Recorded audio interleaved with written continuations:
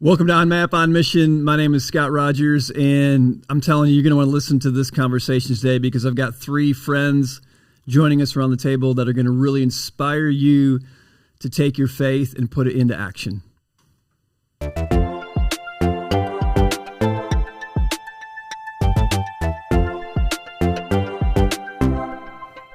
So I have the privilege of having three awesome people here at the table. And for you guys watching and listening, you're going to hear some stories around a conversation. We're talking about we as a church, and obviously it goes to all people, but we as a church here in Houston, Texas, the Met Church, we have a passion and a vision to do what we call lift the city. We want to really make a positive impact in the everyday lives of people right here in our community. And Bob, you've been doing this for years, and we're going to hear some of your story. Carrie, you've been doing various things like this for a very long time, but in a new season of doing it in a very special way. We're going to hear a little bit of your personal journey with this. And Scooter, you've been doing these kinds of things also for quite a while, and you've each got a unique story and a unique path that God has brought you each down to bring you to this conversation today. And before I throw out my first question, just set some context. Here at the Met Church, we did a series called God Stories, and you were all featured in one of those big stories about lifting the city. And it was just amazing. If you're listening and you haven't watched that, go to the Met.Church and check out the media, and you'll be able to see what I'm talking about. But I want to just ask this question, and just you can take it, whoever wants to jump in first. You're all followers of Jesus. You know, isn't faith all about what I believe? I mean, shouldn't it be good enough to stop there? Why not just believe in Jesus, go to church, worship, do all that wonderful stuff, and just then, come back the next Sunday and just Monday through Saturday, just live life separate from what you'd live on Sunday? Like, isn't just having faith enough? I say it to provoke you because I know you guys are like, no, it's not. What do you say to that? Anybody? Looks like Bob's going first. Well, my personal experience is we were moved by Shell in 1963. Shell Energy Company, Shell Gasoline. Shell Chemical Company. Shell Company, okay. In 1963 to Union, New Jersey. Never been above the Mason-Dixon line in my life. I didn't think I wanted to go, really, and that was the one and only time that I looked around for another job. But nevertheless, it wasn't right, and moved to New Jersey. Well, there are not very many Southern Baptist churches in New Jersey. Okay. So it was a couple of years before we saw in the paper that a Southern Baptist mission was meeting in a town about a half hour's drive from where we live.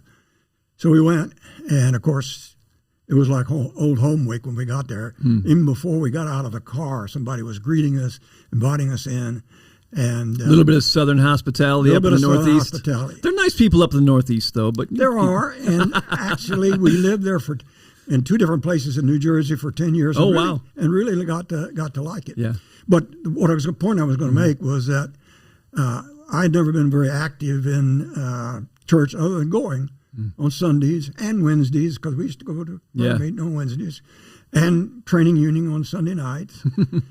But because this was a small church, there were probably fewer than 100 people. Okay. And we were meeting in a school. We did build a building before we left there, but the story that I would relate is that somewhere along the line, I was asked to teach a men's class, never taught before. And in my class was the mission representative for the Southern Baptist Church in that area, PhD theologian. Talk about being intimidated. Yeah, right. I was intimidated big time. That's like teaching on Sunday with Scooter in the audience. Right. Anyway, that's my first experience to really getting hands-on involved in God's work. Really? You just said yes to teaching a class. I said yes to teaching the class. Wow. Even though I was really intimidated by having that PhD in my class. Turns out he's a nice guy. Sure. We had a great time. So real quick question, and maybe you'll all kind of respond to this as well. Like, once you said yes, how did that change your walk with Jesus, your Christian life? Like, what door opened when you said yes? Well, I began to be asked to do other things. Yeah, right. And once saying yes, it's pretty hard to say no. Yeah. So I got involved in a lot of things. When we moved back to Houston in 1975, we moved to Lakewood Forest, and we started immediately looking for a church.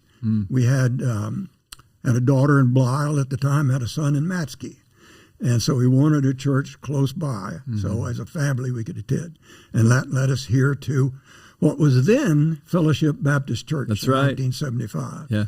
And we met in the old building that we have since torn down. And again, I was invited to teach a class. I did.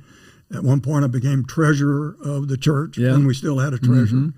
Got involved. Got invited to join the deacons or become a deacon, and just lots of good things, lots of opportunities. Yeah. That's great. So, Carrie, I feel like I'm opening up a whole box of passion here when I ask you that same question. Like, why not just go to church and call it good? Why not just go to church and call it good? When I think about that, immediately I go, there's 24 hours in a day, and there are needs and invitations 24/7. If I were just going to say it in a nutshell. Yeah. The need's so great.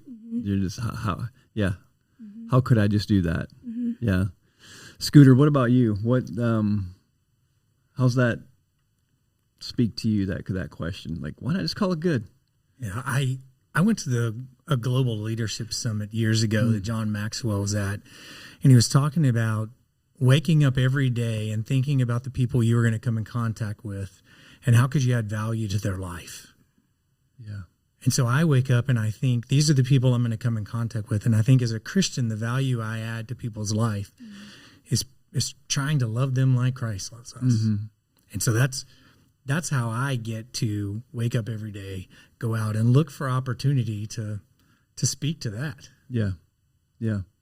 How do you guys see when you said yes, you can think back in the past or even currently, how do you know, or how do you think it's God that's presenting an opportunity to you? How do you process that? How do you make that decision? Like, I think the Lord is in this. Bob, do you have any thoughts on that? I clearly hear the Lord speaking to me. When an opportunity is presented, I clearly hear him saying, yeah, you can do this. Not only that, you ought to do this. This is something you really need to do for your own growth. I clearly hear that. Is that like a prompting within, or a little bit of a whisper in the ear? How's that? Because it's a little not bit audible. It's not audible, but it's a prompting. It just feels right. It feels right. I like that. It just feels right. How do you know when it feels right for you, Carrie? I feel it in my heart, and sometimes I say even in my stomach. When I hear about an opportunity to serve or a need that's out there, there's just something that makes me feel like I pause for a moment on that. And I feel it in my heart, and I begin to pray through it and think about it. Scooter, you said something before we started recording about kind of the conversation was around, like, once we say yes, it seems like a lot of things begin to come our way as far as opportunities or invitations to continue to do. Like you said yes to teaching a class in New Jersey, and all of a sudden, more things kept coming your way. How do you know when you're in your sweet spot?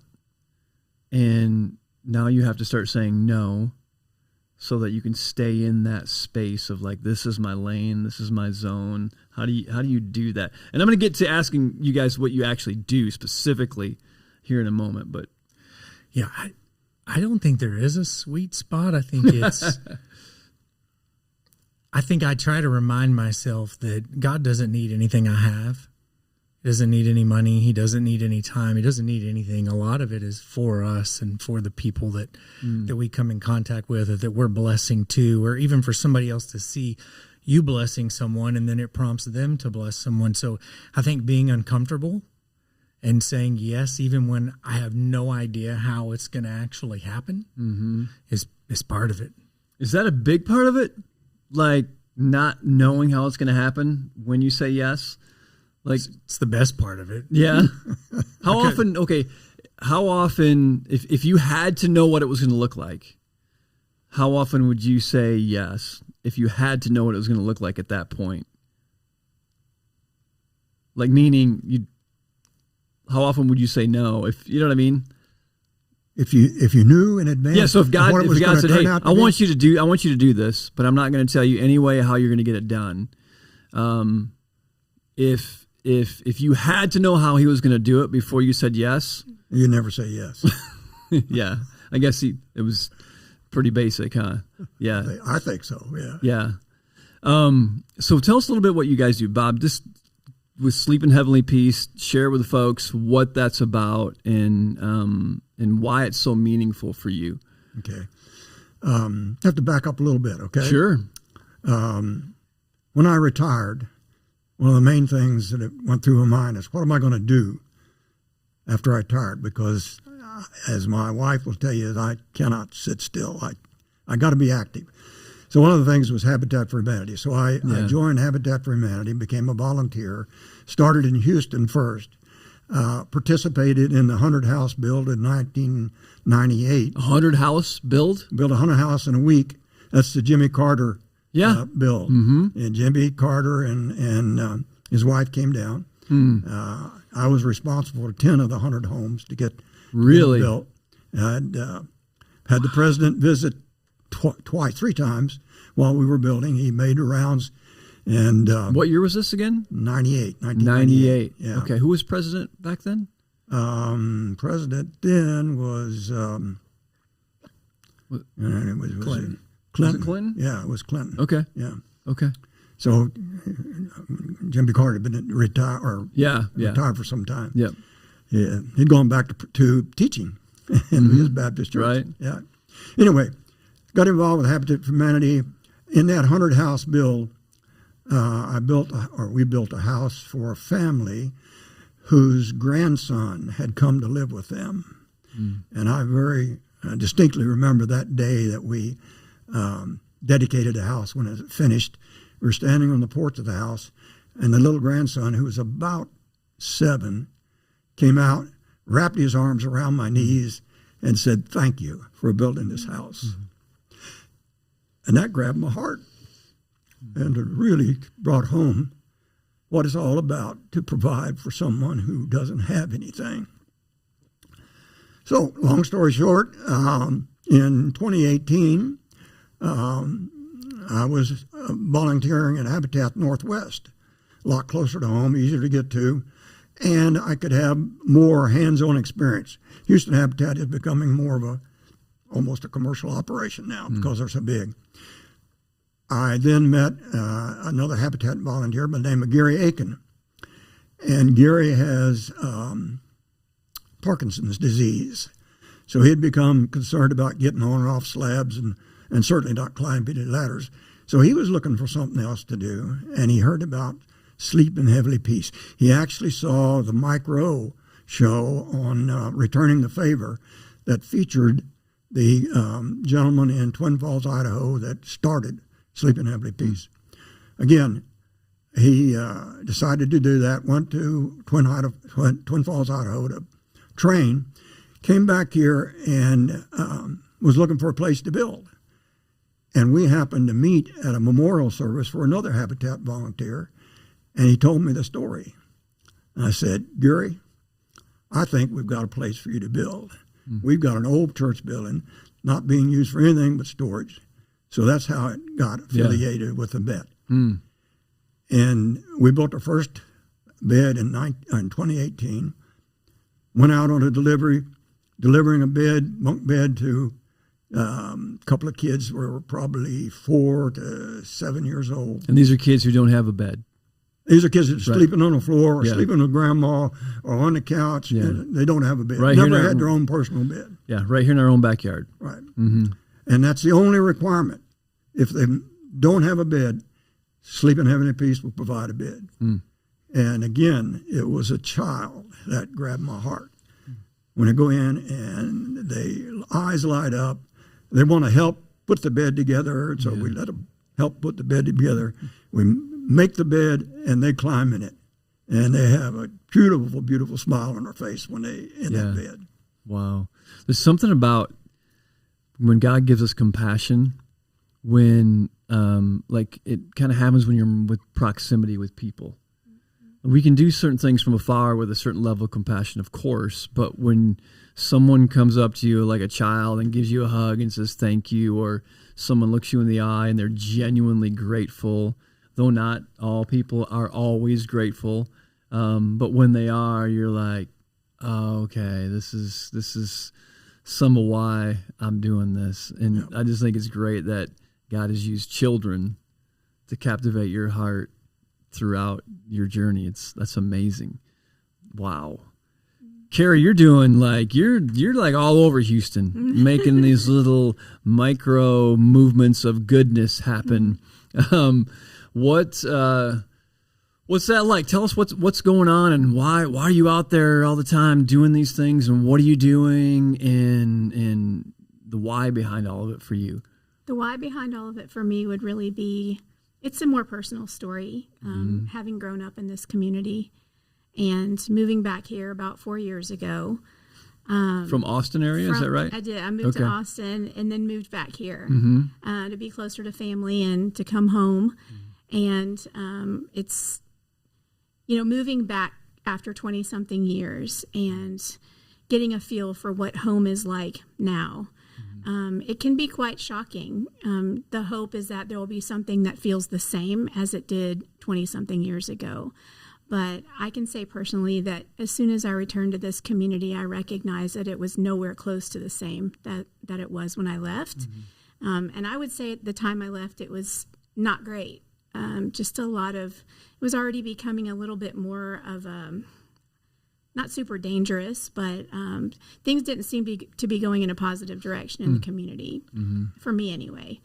And so once I moved back here and began to meet people, I just kept hearing stories of division and separation and loss and, unexpected change and hurt. And to me, initially, I didn't love it. I didn't love being here. And I began to walk around with almost fear of this, we don't know each other. I don't know anyone anymore. And I'm nervous about going out into the community the way I would have so many years ago. And so for a while I sat in that place, and I even had anger, just so disappointed in what was happening. My family and I weren't involved in a church at the time. We were looking still. And while I was still feeling like an angry person and even hating what I would hear about every day, I wouldn't turn on the television, didn't want to, pay attention to any news, although we were, about to come into a pandemic and something that changed everyone's lives. Even then, I didn't want to hear it anymore. And so for us, it was, or for me anyway, it was, what kind of work do I want to do now that I'm back here?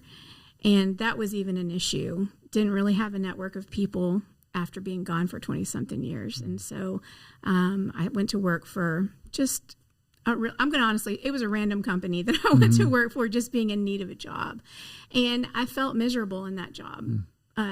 It was just really needing to make things, to meet our needs as a family with this new adjustment after having moved. And so during that time frame, we got involved in the Met, and right away, I started to see how, okay, it's not so bad. There are some good things happening in the community, and there are people that actually do love each other. And from there, I still continued to work at this job that I was in, but I still felt this pull, and I still had the frustration, even though I was surrounded with people that were doing good things and inviting us to be in relationship. I cried a lot, and I had a lot of frustration toward it. It just was growing in that way. And I had a couple of conversations with part of the Met staff and a few of our pastors, and just poured it all out. Like, what can I be doing? How can I not walk around with this feeling anymore? People are hurting, and it just drives me crazy every day to think that, just even geographically, I couldn't get from work to home in enough time to be a part of an existing program that we had, or a class or group opportunity to serve. And that was even difficult for me anyway. And so fast forward, I was blessed with an opportunity to join the Met staff. And that was probably the greatest invitation of my life, one of them anyway, to focus on how we would serve our community as a church. And from there, I can say that I began to pray a lot. There was no roadmap. I know sometimes that's a question. What is that going to look like? And I know what our heart is as a church for it. And I know that there are needs out there. So for me, it almost felt like just taking a risk. Just go out and start meeting people, start talking with people, and find out what's going on. And so pretty quickly, I started just in our own backyard. So it was just, where can I go first? And just to meet our neighbors. We want to be good neighbors. We want to invite people into what we have going on here. And so I would say that was the beginning of my yes personally. And then just as part of the Met community and family, that was the beginning for me. I love what you're saying. If you just thinking of your process through it all, you were at a place of frustration, anger, and who knows, maybe you do, but like, was it God showing you these things around you and creating a holy discontent within you, whatever it was, but you kind of started at a place of like, look at this, look at that. It's all, I'm using my own words now, like it's broken, it's wrong, it should be better than this. It can't be like this anymore. And what's going to happen if it continues in this direction? And it seems like at some point you came to the realization of like, maybe we all need to at some point in our lives going, I can sit around and watch and look and critique and judge and say, call out everything as wrong or bad. But once I start to try to be part of the solution, it's a complicated process sometimes, but you can never replace the first step. And going, I'm just going to do something. I'm going to find one thing that I can start to try to, help with. And I'm of the opinion that's where most of us are tempted to just stop right at that place and just sit in that frustration. No, it's all going to hockey sticks and a handbasket, and here we go. We're going down with the ship, but not going, yep, you know what, but on my watch, I'm going to do something. And that opens up a whole journey, another journey of frustration. Right? I mean, let's just call it what it is, right, Scooter? I mean, it's you don't just have the idea or see the need and go, okay, I'm going to take care of that, and it's done. That's just not even realistic. Like, what is that for you and some of the things you've been involved with, and the process of it all, and there's no quick fixes. And the process is hard for me.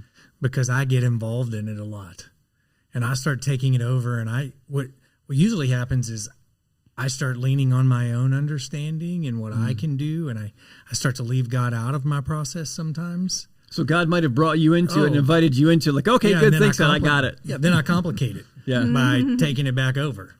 I'm like, hey, thanks for getting me this far, but now I got it. Every time I do that, it ends up, somewhere off track. And then I remember, and then God gets it back. I'm like, okay, it's all yours again.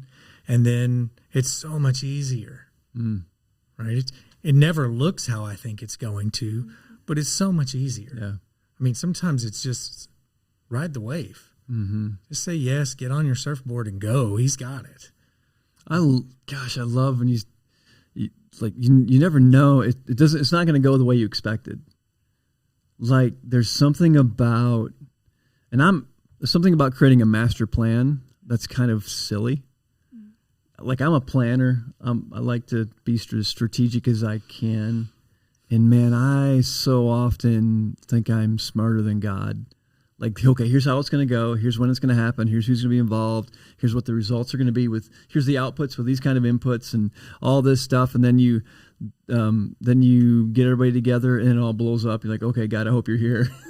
Well, when we do our National Service Day, where we're going to do all these free oil changes, you start seeing all the people that are saying yes, they need this, and then you start to think about how am I going to serve all those people, and then you start thinking, well, why is that person on the list with their brand new Mercedes? Yeah, coming in. Well, we don't know. There's so much we don't know though. Yeah, right. About that.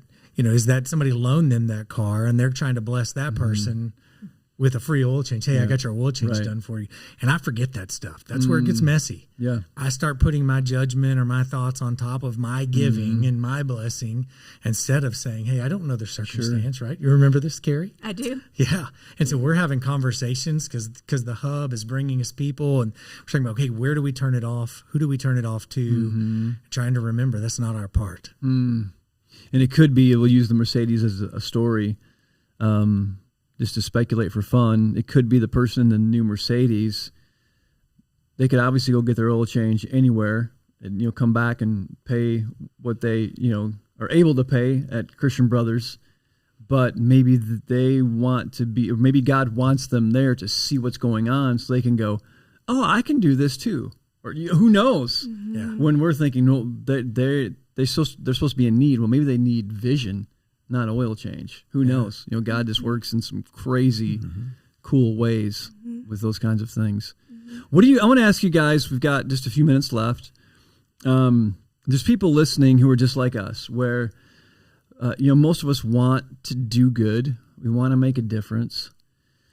But taking that first step, there's a lot of reasons that are logical that say we shouldn't or we can't. Like just from my own personal, things, I don't have the time. I'm certainly not qualified to be involved with something like that. What could I do? I don't have the resources. I lack just the know-how. I don't give me a table saw and I'm throwing boards all over the room, kind of. Somebody's going to get hurt. I do change my own oil, though, most of the time in my car. I think you'll love that. Anyway, I love changing my oil. But other things in life, when God's inviting me in, say, hey, would you get involved with this? My first reaction is usually, I can't, Lord. Encourage those of us who are like that. Carrie, what do you say? Like, how do you encourage us? Don't shame us or judge us, but how do you help us take that first step? Like, what do you say? Well, you mentioned something earlier about, is God revealing to us the needs or opportunities to serve, or are we experiencing, or is it being thrown at us, or are we experiencing discontent, holy discontent? And I would really say that it's a little of both.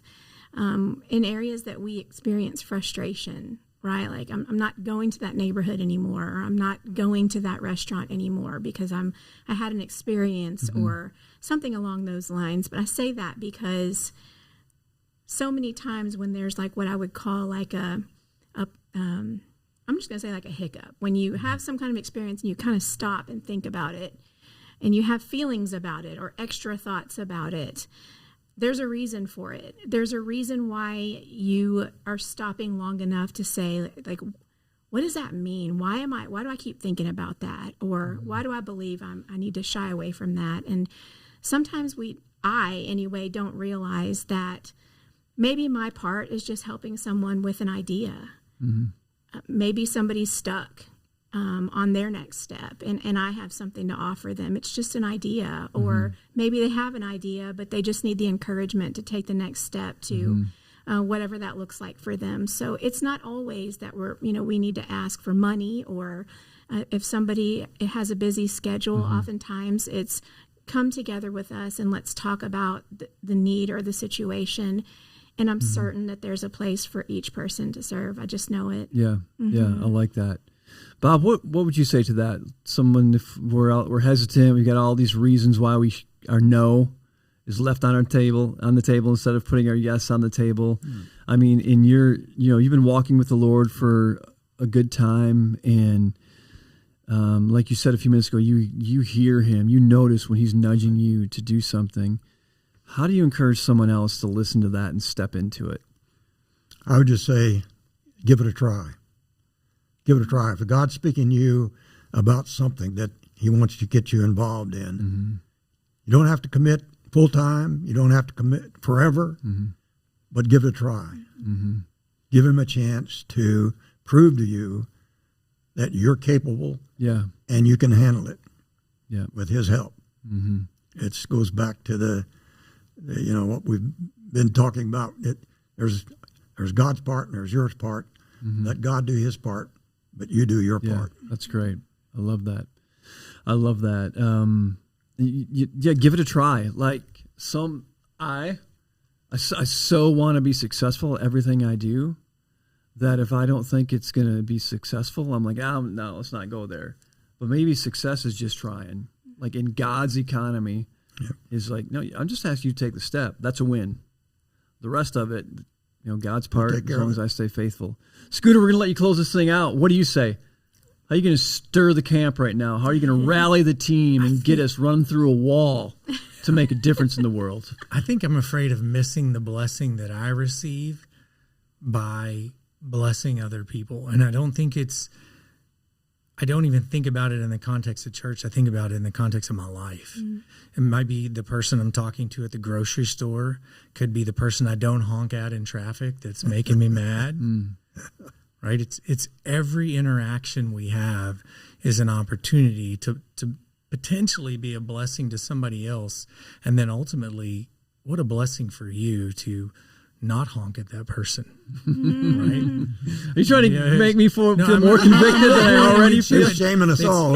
It's every little thing for me. Like I don't want to, I'm so afraid to not hear well done and good and faithful servant. I'm afraid to hear, hey, you were the 2-talent guy and you buried it. Right? I'm not here to bury what I have. I'm not here to hide it. I'm not good at it a lot of times and I have to learn, but it's an amazing feeling to see it roll downhill, that blessing, so to speak, to see God take something super tiny and make it something super amazing. Wow. That's good stuff. Thank you guys so much for just having this conversation. You're all doing amazing things, and it's just great to be serving with you guys. I appreciate you. Well, everybody, thanks for listening, and you're going to definitely want to share this with somebody you know, but don't just share it. Take what these guys said and take that first step. If you're not doing something to make someone else's life better, if you're not lifting someone else, take that step, give it a try, like Bob said. Don't leave your talent and just bury it, like Scooter was saying, but get out there, like Carrie is saying, and just take a step and see what God does, and you're going to be amazed. Guarantee it. We'll see you guys next time.